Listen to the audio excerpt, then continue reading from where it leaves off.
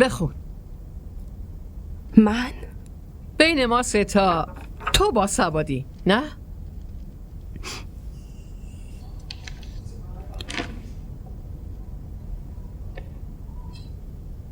محترم جنت بیبی خانم، سلام علیکم. علیکم السلام. من یه آدم معمولی از روستای شما هستم. اسممو واسه این ننوشتم چون از آقا جهان خیلی میترسم.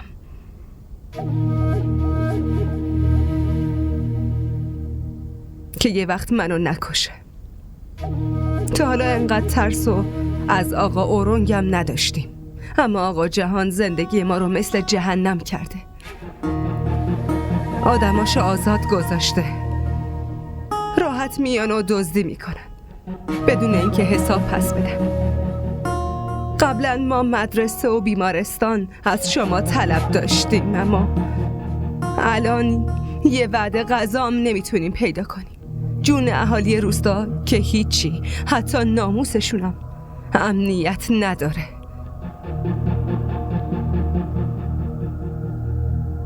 شما به آقا جهان بفهمونین شب ظلم شاید طولانی باشه، اما بالاخره صبح میشه. یه روز نرسه که مثل آقا اورنگ و آقا شاهزیب یه نفر پیدا بشه و اونو بکشه.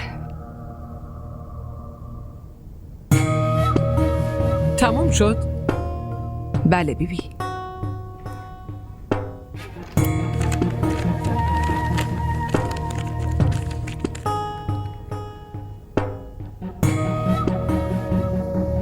بریم.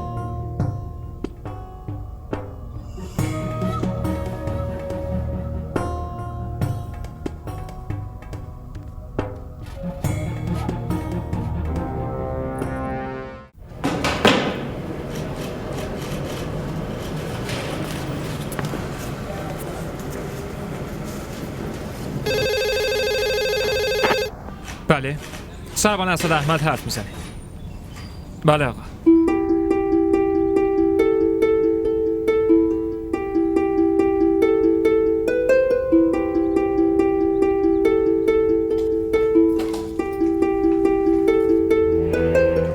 پیدا کردی؟ اصلا نمیفهمم که چه اتفاقی افتاده. یعنی خوب همه جا رو گشتی؟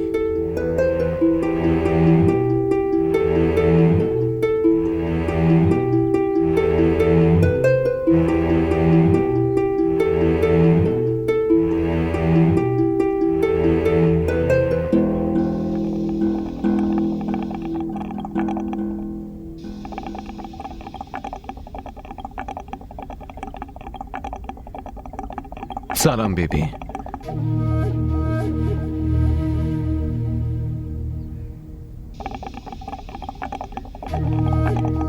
چیزی شده؟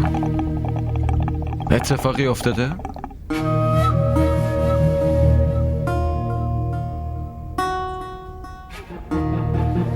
بخون. کی بهتون داده؟ دم در بیرون گذاشته بودن.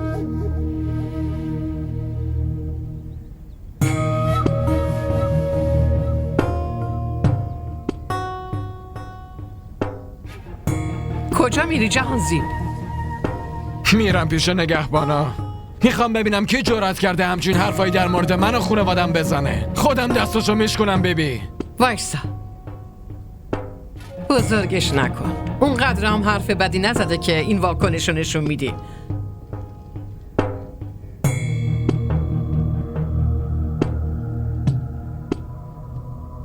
از این که بری دست بقیه رو بشکنی، بهتر اینی که سرتو از تو گریبانت بیرون کنی. به خودت نگاه کن و یقه خودتو بگیر. آقا آن بگو. جناب سربان اومده اینجا. چرا؟ میخواد شما رو ببینه. در مورد قتل آقا شاهزیب مدرک پیدا کرده.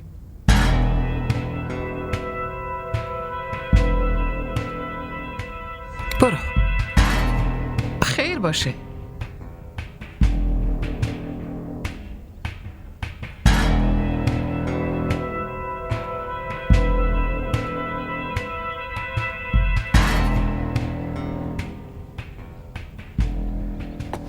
سلام علیکم.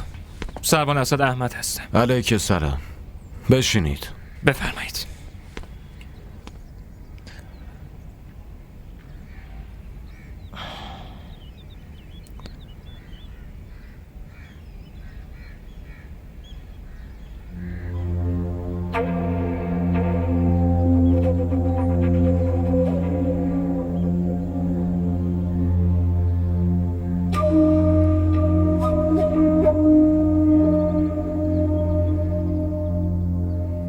آقا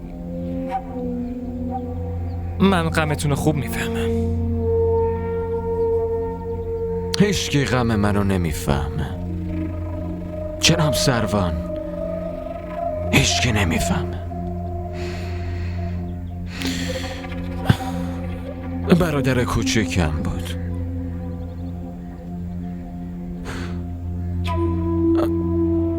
من خودم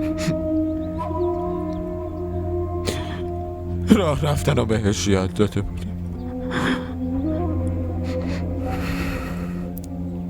با این دستام بهش غذا میدادم.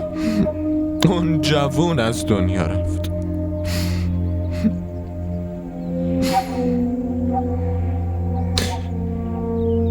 من بچه ای ندارم.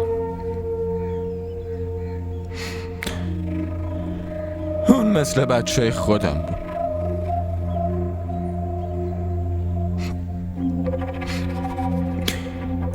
من اونو پسر خودم میدونستم. غم منو کسی نمیتونه درک کنه.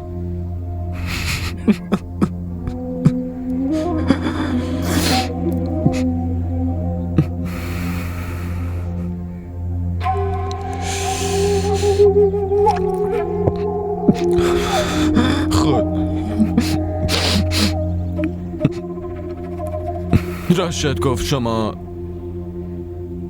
مدرکی پیدا کردین. بله آقا، ما کمی دورتر از محل حادثه یه رد خون پیدا کردیم که از محل حادثه تا محلی که جسد بود ادامه داشت. نمونه خونه برای آزمایشگاه فرستادیم.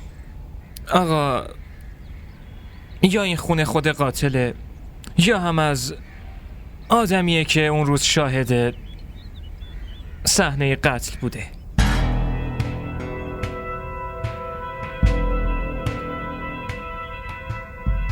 ببین اون کی بود؟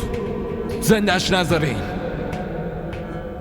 آقا نان، هر وقت جواب آزمایش اومد من بازم بهتون خبر میدم. فعلا با اجازهتون.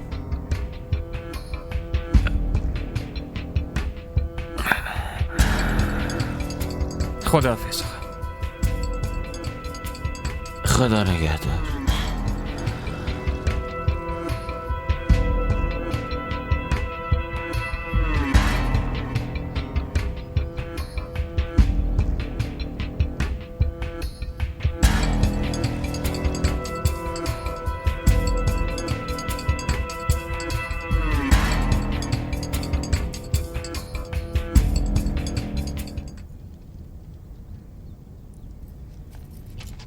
چی شد؟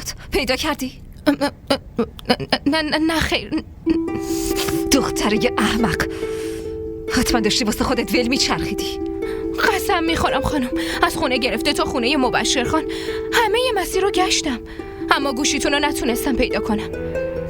بازم بگرد، بین سبزه ها، حتی زیر سنگا، همه جا رو بگرد.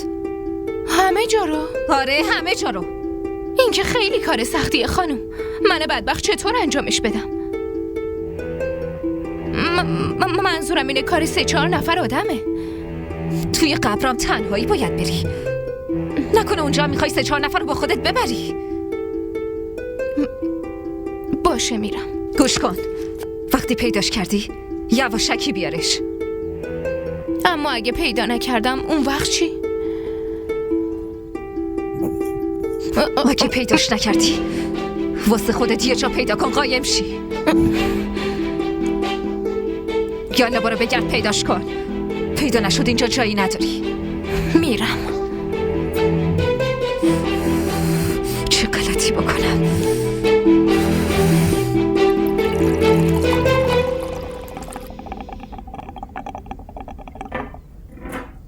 خیلی آدم وفاداریه. شما نگران نباشین، من اونو آدم خودم میکنم.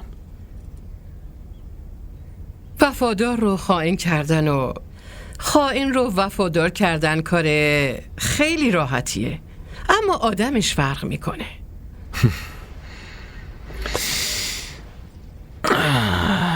بیبی من فقط اینو میدونم که وفادار اونیه که گاهی فرصتی براش پیش نیومده. یه بار فرصت بهش بدیم، اون آدم خود به خود شکار میشه. منم قبلا مثل تو فکر میکردم، اما شاهزیب منو اشتباه ثابت کرد. من چه کارایی که واسه متوقف کردن اون انجام ندادم. وقتی دیگه نتونست کاری بکنه رفت زیر درخت و به بچه‌های مردم درس داد، اما هیچ وقت نلغزید. من میخوام که این سروانم با مسئولیت بمونه. اگه با مسئولیتش باشه پس میتونه قاتل شاهزیب پسرمو پیدا کنه، مگه نه؟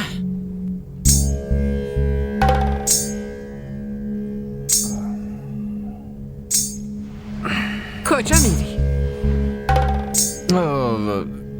بیبی واسه جلسه باید آماده بشم. برو. با اجازه. سلام عرض میکنم به حضار گرامی. همونطور که شما همتون میدونین که پدر من بشارت مزاری همیشه توی انتخابات این منطقه نامزد شده و همیشه هم برنده شده. بعد از فوت پدرم این مسئولیت رو برادر بزرگم مورنگ مزاری به عهده گرفت.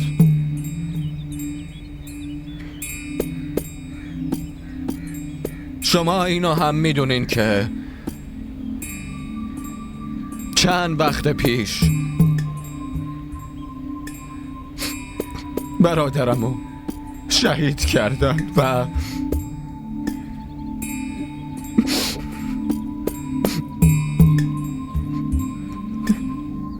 بعد از برادر بزرگم مورنگ مزاری من این مسئولیت رو گرفتم. هر روز تهدید میشم که اگه واسه انتخابات تو هم نامزد چی میکشیمت. اما من اونی نیستم که از این حرفا بترسم.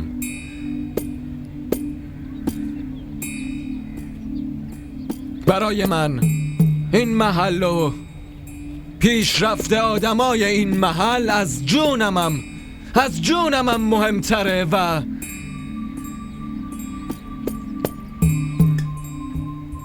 میخوام در این انتخابات نامزد بشم و خادمی شما رو بکنم.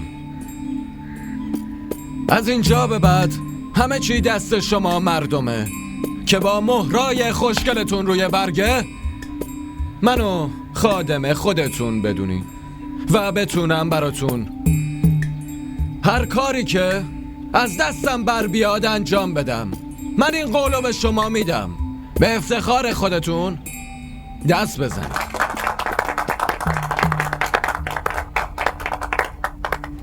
به به آقا، به به.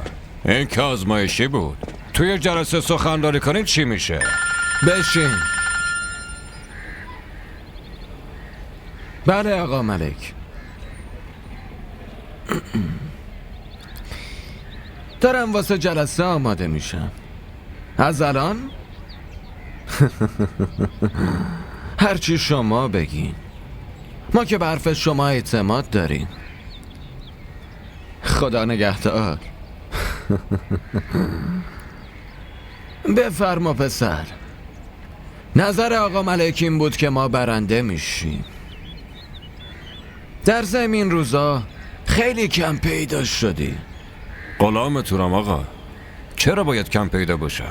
اما میدونین که آقا من از اینجا برکنار کردن و کجا فرستادم؟ میدونم. جای تو اون سروانی که اعزام شده خوبه، خیلی خوبه. عیب نداره، اونو هم آدم خودمون میکنیم. و یا اینکه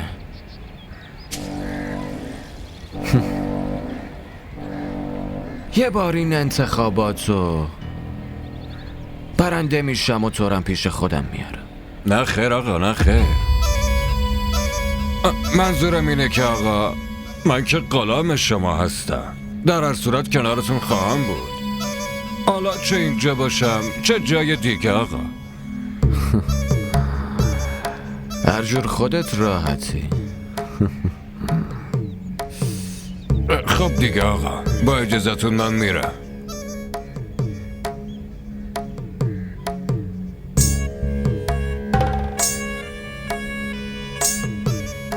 راشد، برا ما بیار.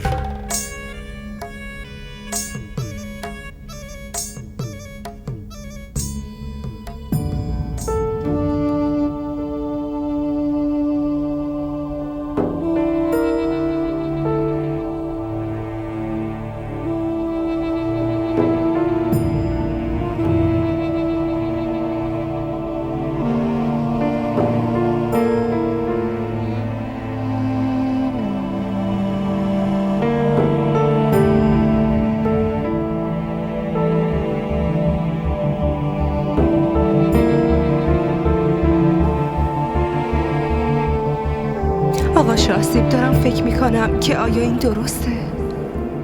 چی؟ اگه کسی بقیه رو ول کن.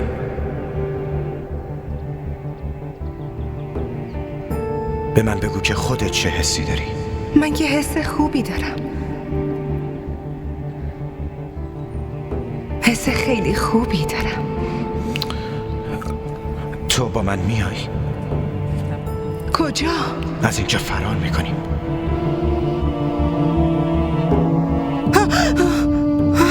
دختر تو دیگه خیلی میترسی و نمیدونم چرا. بیا بشین، میخوام باهات حرف بزنم. نمیتونم بیام،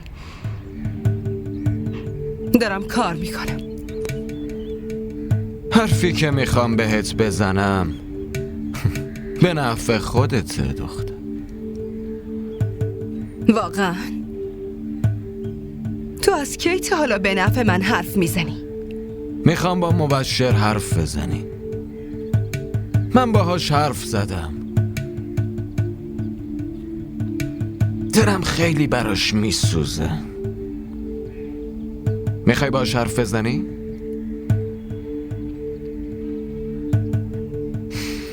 بگو. میخوام حرف بزنم.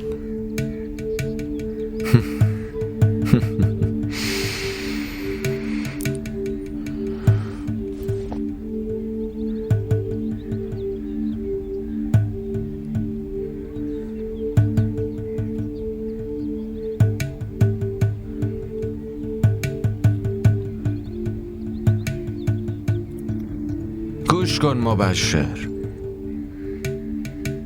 بیا با آسیه حرف بزن.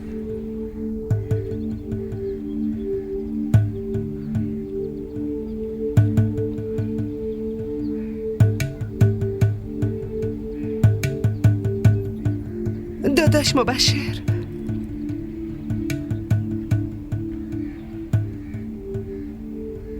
من خوبم، تو چطوری؟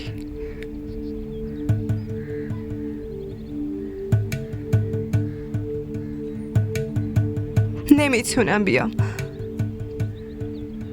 تو حالت چطوره؟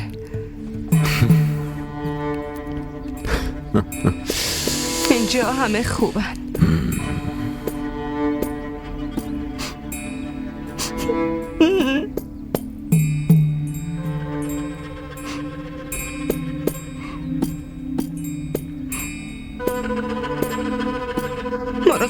خودت باش.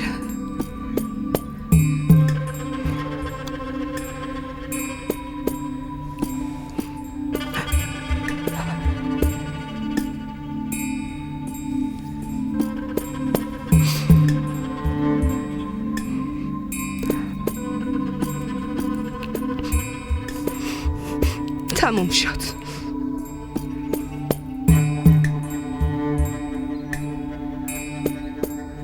از این به بعد خواستی با مبشر حرف بزنی کافیه به هم بگی عشق من.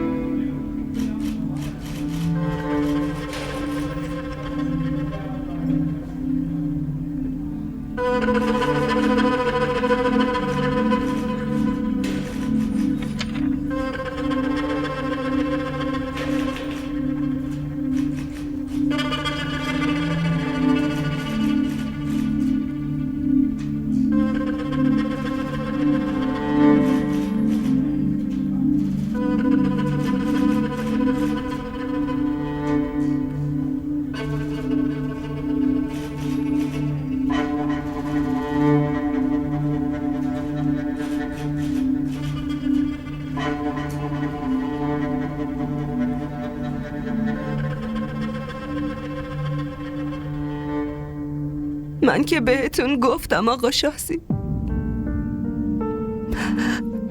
رویا دیدن و رها کردم. دیگه هرچی سرم بیاد مهم نیست. اما نه، شما حرف منو نشنیدی. رویاها رو به من نشون دادین، به من امید زنده بودن دادین. وقتی دوباره رویا دیدن رو شروع کردم، منو ول کردین و رفتین. شما خیلی بد کردین.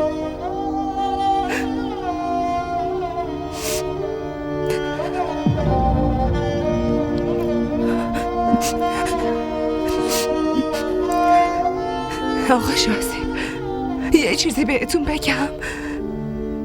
شما اون احساس انسان بودن رو که به من دادین یادتونه؟ هنوزم زنده است. من دیگه از هیچ کس نمی ترسم، حتی از آقا جهانم نمی ترسم. الان که فکر می کنم حتی اون داره از من می ترسه. نره،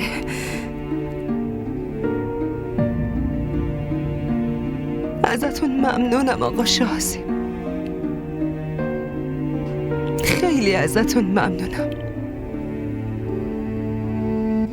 که منو با خودم آشنا کردین. منو با خودم آشنا کردین.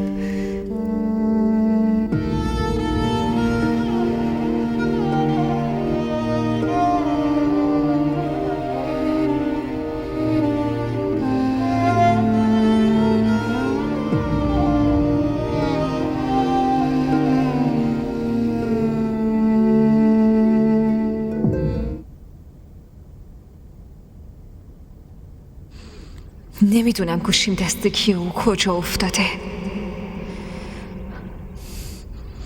نگرانم تو عکسای مبشر خانم بود.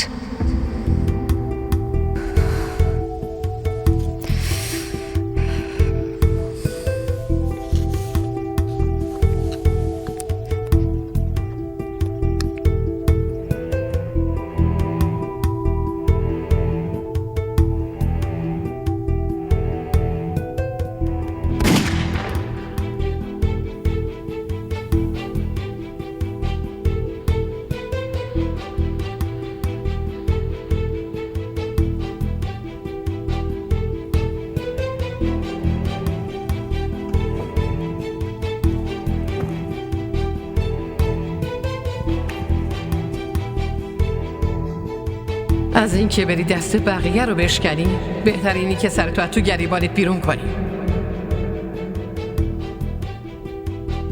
به خودت نگاه کن و یقه خودتو بگیر. من میخوام که این سروانم با مسئولیت بمونه. اگه با مسئولیتش باشه پس میتونه قاتل شاهزیب پسرمو پیدا کنه، مگه نه؟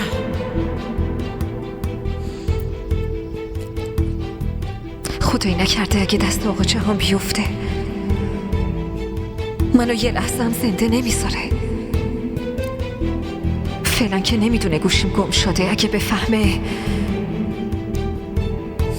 نمیدونم چی کار میکنه. پس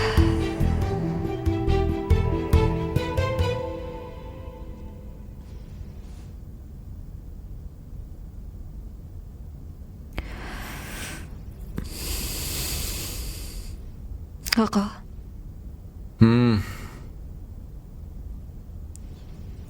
اون جناب سروان اومده. کجاست؟ اینجا نه، خب توی کلانتری. خب چه شده؟ چی میخواد بشه؟ شنیدم خیلی با مسئولیته. با مسئولیته؟ خب به من چه ربطی داره؟ چرا از من عصبانی میشی؟ فقط میخواستم اینو بگم که گوشیم دزدیده شده. دزدی؟ از خونه من؟ نه آقا، خدمتکارای خونه نه اونقدر شجاعت دارن، نه حتی فکرشو میکنن که بتونن دزدی کنن. پس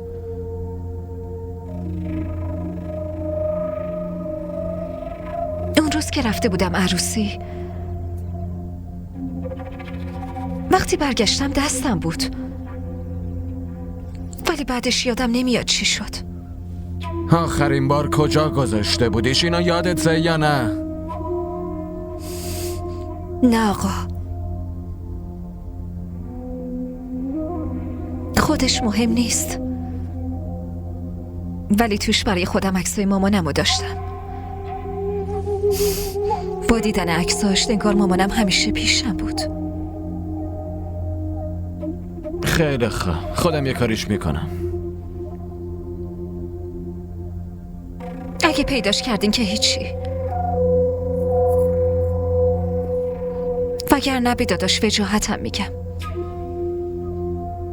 اون خیلی با پلیسا رابطش خوبه.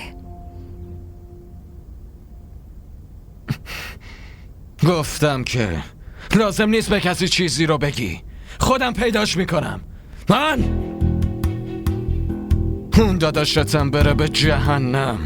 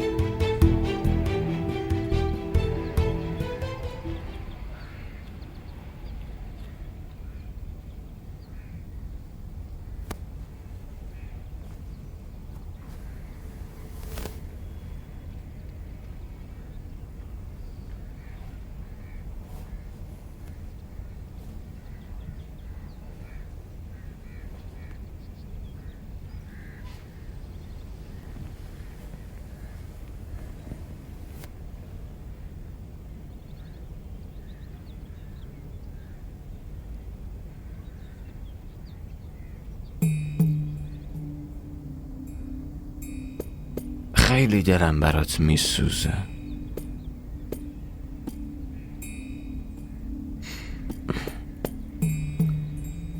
هی بریم، با من بیا. کجا؟ تو رو به دیدن مبشر میبرم.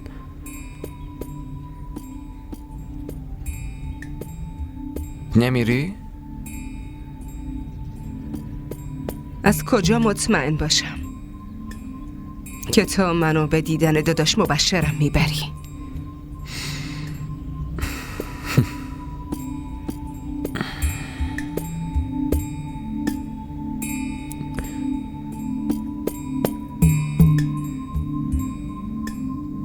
بیا با داداش مبشرت صحبت کن عزیز من.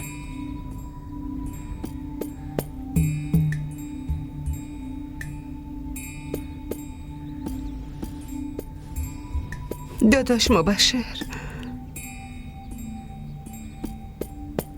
من خوبم. تو چطوری؟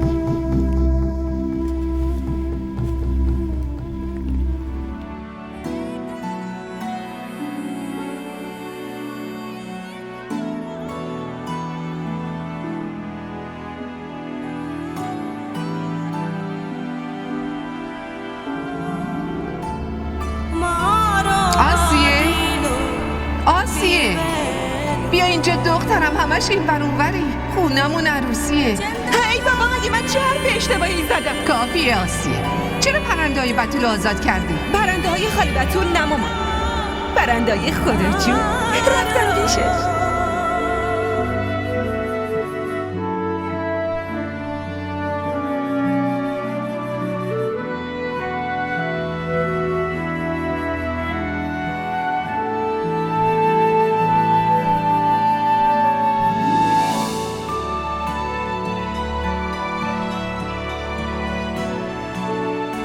بیا این سفارش تو آوردم، ببین چیزی کم و کس نیست. میرم داخل میبینم. ماما ببین این چقدر خوشگله. برو مبارکت باشه دیوونه.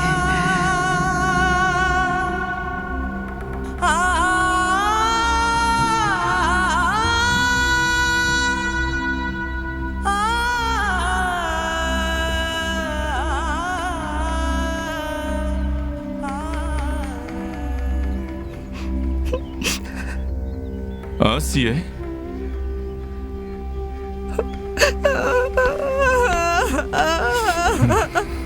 داداش مبشر، داداش بس تو خوبی؟ داداش مبشر، داداش مبشر. دیگه نباید گریه کنی، باشه؟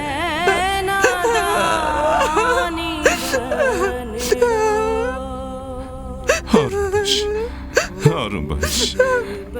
داداش مبشر چرا اینجا خالیه؟ مامانم همیشه تو حیاط میشه، الان کجاست؟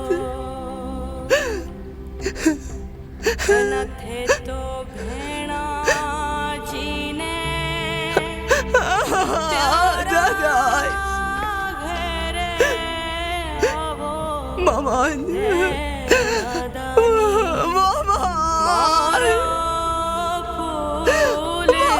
چرا منو ول کردی؟ مامان چرا منو تنها گذاشتی؟ مامان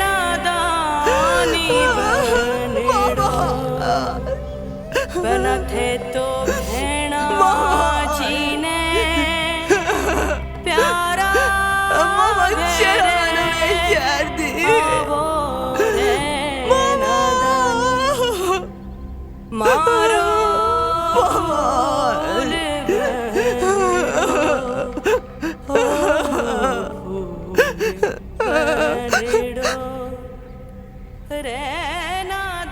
آسیه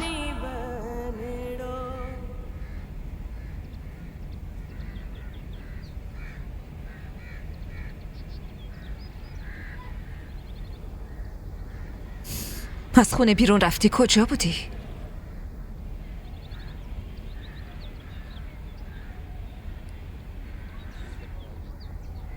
از کجا میای؟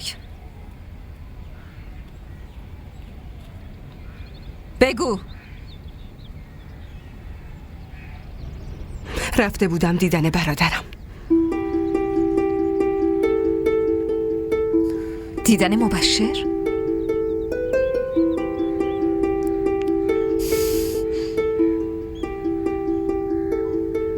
حالا دیگه اینقدر آزاد شدی؟ با کی رفته بودی؟ با شوهر تو رفته بودم. مزخرف میگی. جهان خودش منو برد. داری دروغ میگی. هرچی راسته همونو گفتم. به خاطر تو نمیتونم دروغ بگم.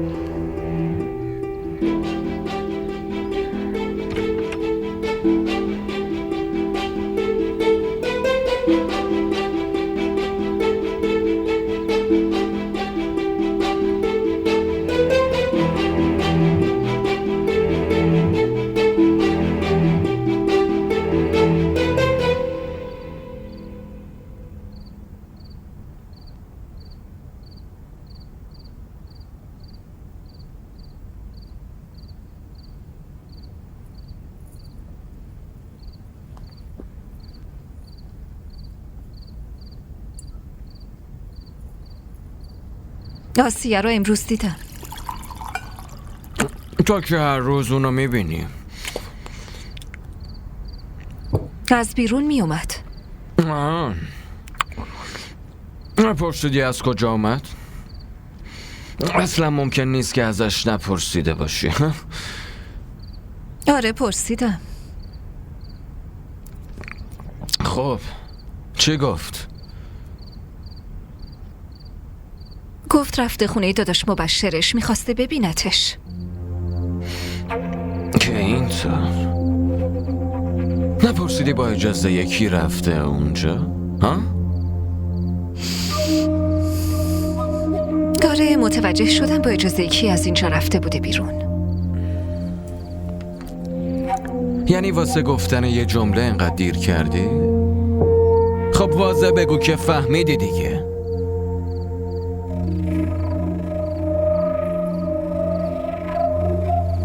اصلا من به کنار. اگه بیبی میفهمید پس چی میشد؟ من از کسی نمیترسم. بذار بفهمه. هر کاری میکنم واسه خوبی کردن به این خونه و اهالیشه. فهمیدی؟ پس به منم بفهمونین. ملاقات کردن آسیه با داداشش چه سودی میتونه برای این خونه و خانواده داشته باشه؟ وقتی زمانش برسه تو هم میفهمی.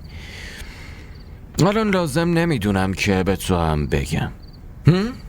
ولی کافیه. گفتم دیگه.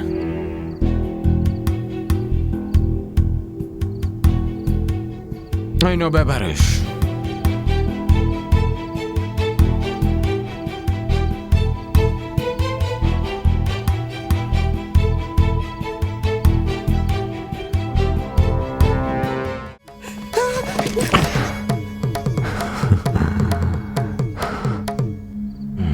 میدونی اینجا دیگه خونه جنت بیبی نیست که تو هر گوشه‌ای برای خودت یه وسیله پنهون کنی.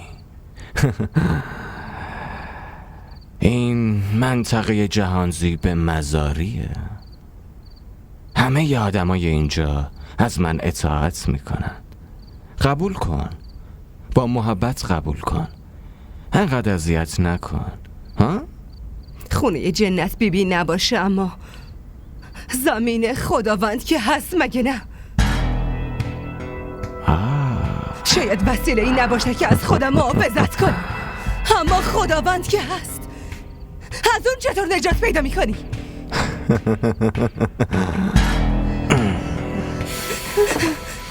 خوب گوش کن اگه نزدیکم بیای. من مراعاتتو نمی کنم. آره؟ پس بشنو، امشب منم مراعاتتو نمی کنم.